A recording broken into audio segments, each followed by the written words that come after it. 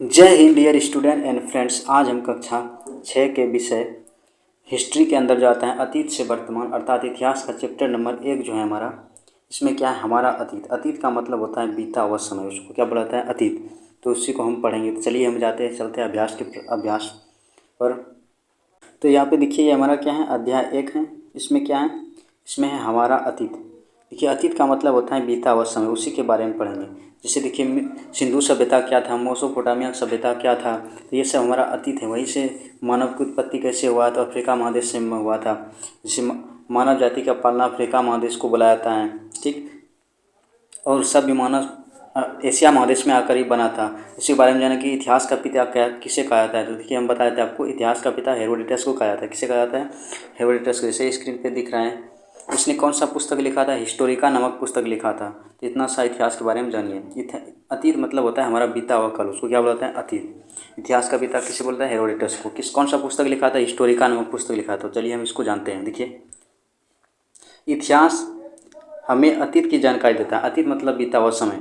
अतीत को जानने के लिए जानना इसलिए ज़रूरी है कि अतीत को जानकर ही हम वर्तमान को समझा जा सकता है। जैसे अतीत में अगर कोई गलत काम किया था, उसका परिणाम गलत हुआ, इससे हमको अतीत से पता चलता है। इसीलिए पता चलता है।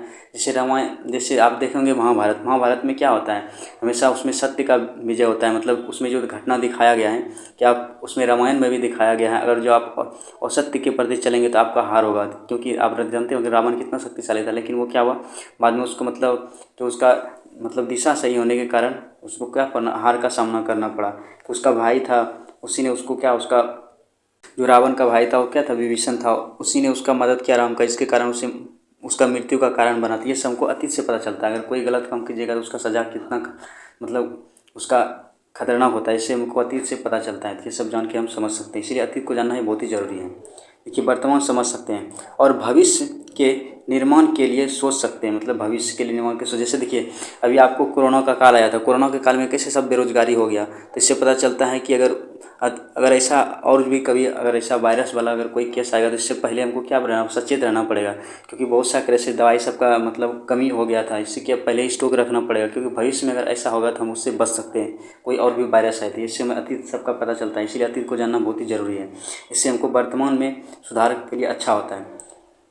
इससे पहले आधार कार्ड से क्या होता है, कोई व्यक्ति कोई फ्रॉडरी काम नहीं कर सकता है। इसलिए सबका आधार कार्ड बनाया है। नहीं तो पहले अगर इसका मिसयूज बहुत ज़्यादा हो जाता था जब आधार कार्ड नहीं था। तो इससे क्या प्राचीन से देख के ही वर्तमान में इसको बदलाव लाया है। तो ये सब जानना बहुत ज़रूरी है। इतिहास मानव जीवन की सामूहिक स्मृति है।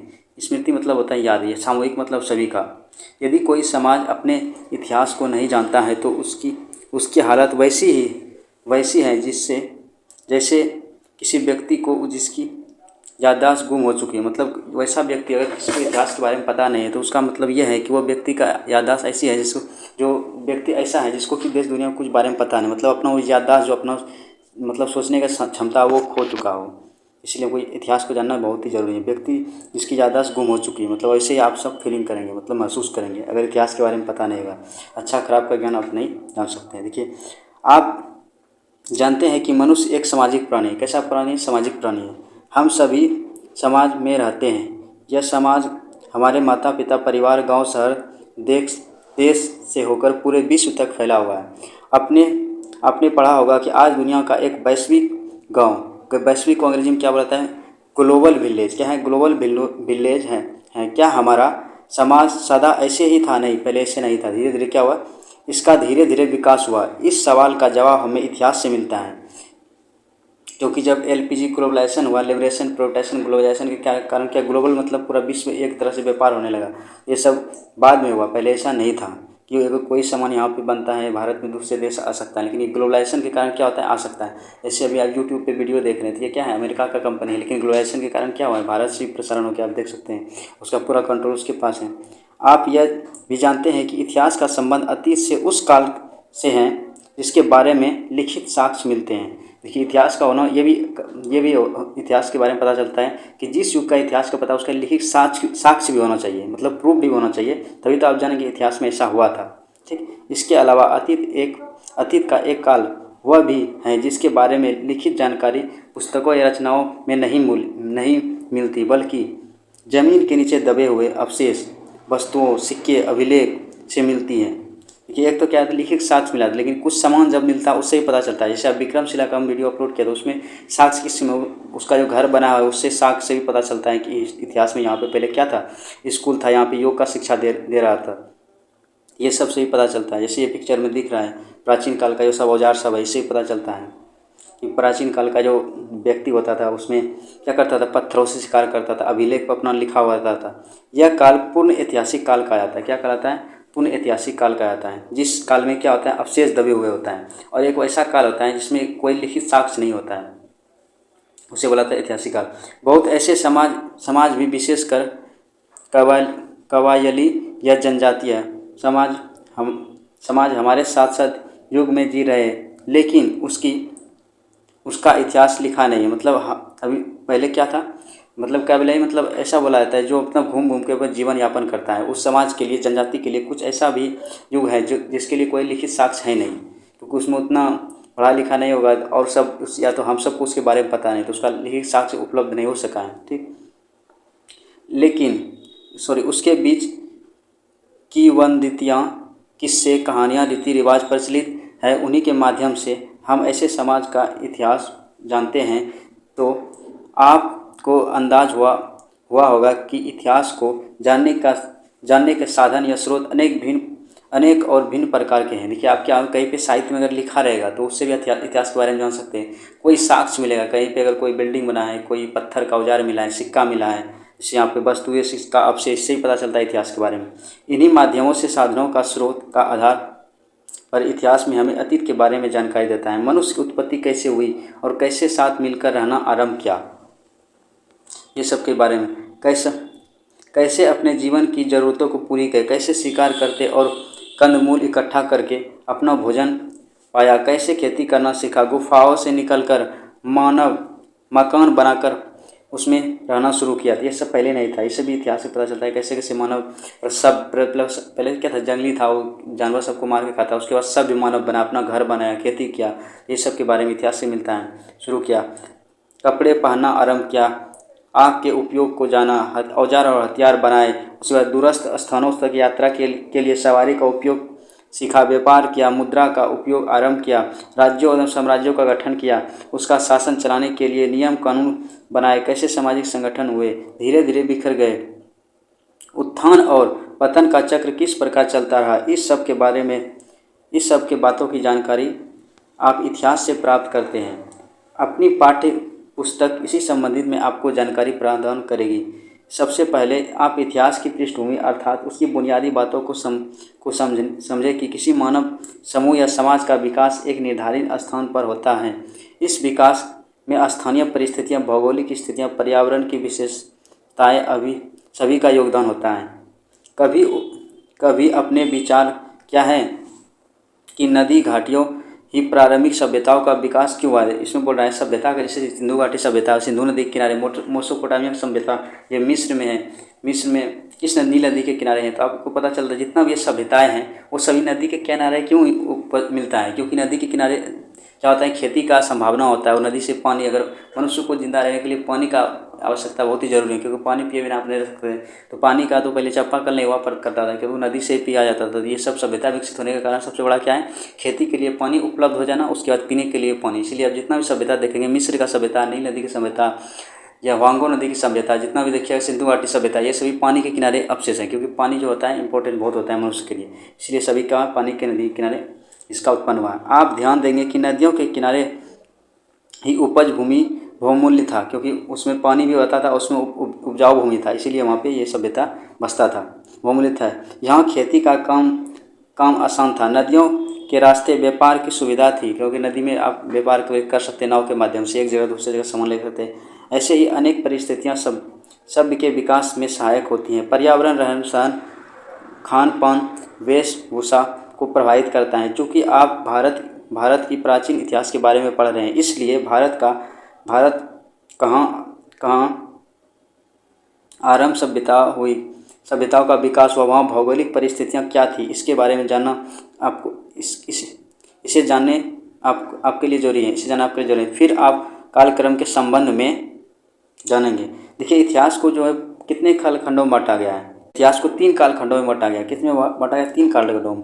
एक होता है प्राग ऐतिहासिक काल, उसके बाद होता है आदि ऐतिहासिक काल, उसके बाद होता है ऐतिहासिक काल। ठीक, ये 3 भागों में बांटा हुआ है, तो समझ में आएगा। देखिए, फिर आप कालक्रम के संबंध में जानेंगे। इतिहास की प्रक्रिया बहुत लंबे तक फैली हुई है। सुविधा के लिए इसे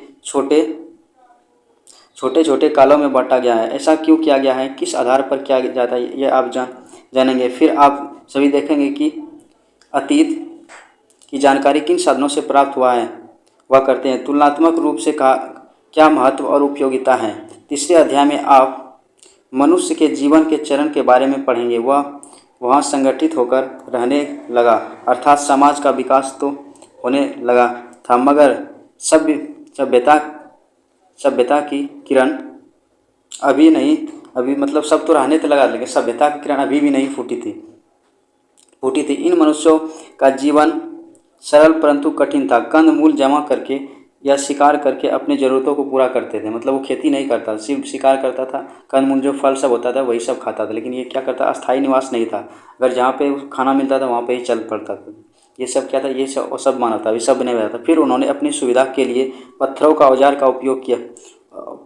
औजार और हथियार बनाना शुरू किया। अब शायद आपको यह महत्व आसानी से समझ नहीं आए, मगर यह मनुष्य की पहली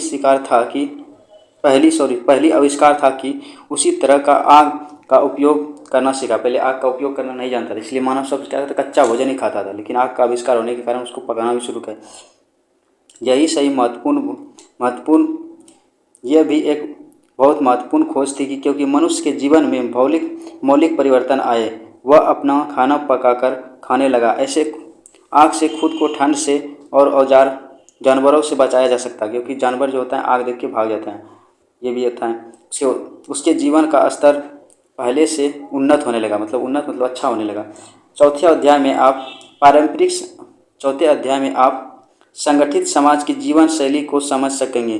खेती तो मनुष्य ने सीख ली थी, अब पशुपालन और यातायात की प्रगति आई। यातायात मतलब गाड़ी सब का आविष्कार हुआ।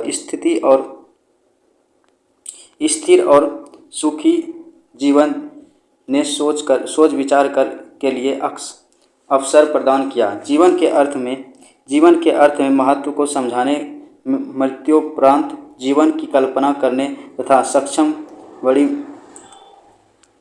मृतकों का दाह संस्कार के तरीकों को सोचे गए। मतलब पहले क्या होता था, अंतिम योष्टि, मतलब जब व्यक्ति मरता तो उसको क्या करता, अंतिम योष्टि अंतिम कार्य होता है वो क्या नहीं किया जाता, जैसे जलाना होता है या तो गाड़ना होता है, ये सब नहीं किया जाता था।